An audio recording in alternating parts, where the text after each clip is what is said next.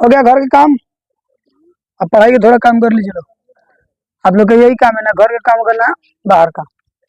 देखिए आई क्वेश्चन बहुत इंपॉर्टेंट है एग्जाम के लिए। आप ये क्वेश्चन आपसे पूछा जाएगा।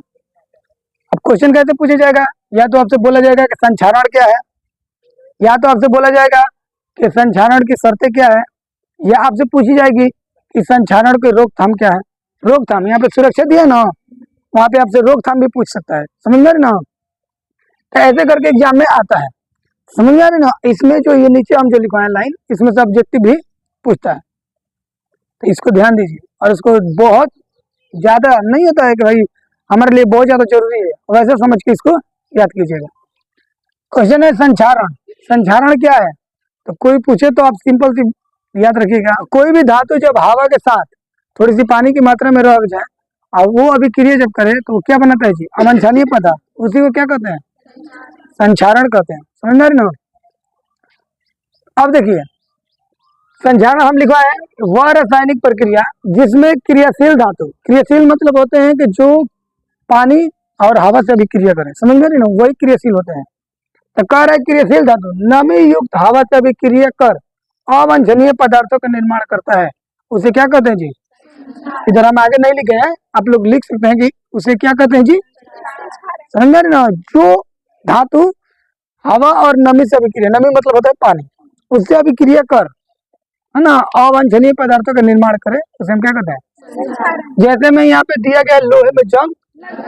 अब जो लोहे का होता है, जो लोहा, उसको आप छोड़ दीजिएगा इतनी में, ऐसे खुले वातावरण में छोड़ दीजिए, थोड़ा सा पानी होगा और उसके बाद हवा के संपर्क में भूरा टाइप का क्या होता है जी? लगता है ना, ऊपर जमा हो जाता है, उसी को क्या कहते हैं? ज्यादा दिन तक अगर इसको छोड़ दिया जाए तो वो धीरे धीरे भूरा रंग का जो परत चढ़ता है, उससे लोहा पूर्ण रूप से कमजोर हो जाएगा और उसकी मजबूती क्या होगी? समाप्त हो जाएगी और टूट जाएगी। कह रहे संचारण की शर्तें क्या है? तो संचारण मतलब कब हो सकता है, इसका संभावना कब है कि भाई संचारण किसी धातु में हो लगेगा? तो इसका मेन कारण है वायु। वायु में ऑक्सीजन होनी चाहिए, उसकी उपस्थिति। जब तक हवा नहीं होगा, है ना, वो क्या होगा? लोहा संचारित नहीं होगा। जैसे आप देखे होंगे कि घूमते हैं मार्केट में, तो जहाँ पे रोड बेचाता है तो उसको किस में रखा जाता है जी? रूम में रखा जाता है, ताकि वो हवा के और नमी के संपर्क में, इसीलिए ज्यादा दिन तक लोहा क्या रहता है? सुरक्षित रहता है। रड जो होता है सुरक्षित रहता है। दूसरा कारण नमी यानी जल की उपस्थिति होनी चाहिए, तभी होगा। संचारण कब लगेगा? जब जल भी होगा तब। तीसरा कारण है अभिक्रियाशील धातु की उपस्थिति। अभिक्रियाशील धातु मतलब जो अभिक्रिया करता हो, किससे? हवा और जल से। हवा और जल से जो अभिक्रिया करेगा वही क्या होंगे? संचारित होंगे, अन्यथा संचारित। तो संचारण की ये तीन शर्तें आवश्यक है। अगर ये तीनों में कमी होगी तो संचारित कोई भी धातु। अगला कह रहा है संचारण से सुरक्षा। अब सुरक्षा क्या होता है? मैंने इसका बचाव। अगर मान लीजिए कोई धातु है जो संचारित हो रही है, तो उसका हम बचाव कैसे करेंगे? तो उसके लिए सबसे पहला धातु के ऊपर पेंट कर दीजिए। देखोगे घर में खटिया बनता है लोहा का, चाहे दरवाजा बनता है लोहा का, तो सबसे पहले उसको पेंट किया जाता है। क्यों किया जाता है? ताकि वो अभिक्रिया ना करे, यानी संचारित। तो ये घरेलू नुस्खा भी आप बोल सकते हैं। आप कहिएगा पेंट कहाँ से?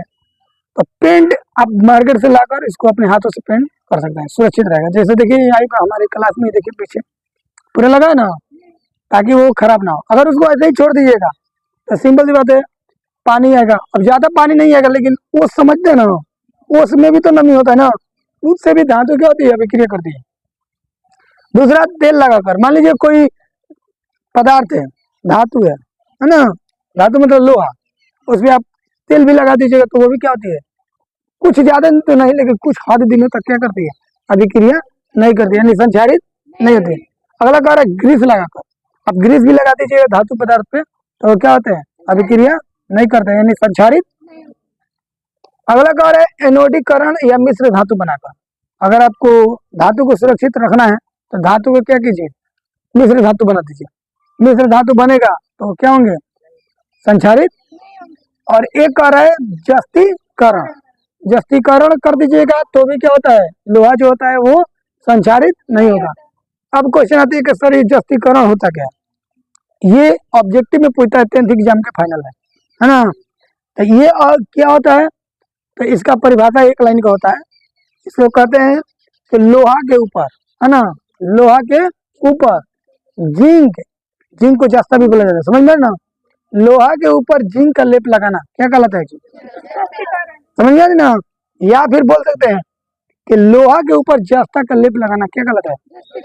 समझ में ना। तो इसको स्टार डाल के लिख लीजिए ना, आता है एग्जाम में, आप वीवीआई कर लीजिएगा। लोहा के ऊपर जिंक का लेप चढ़ाना क्या कहलाता है जी? जस्तीकरण। समझ में आ रही ना।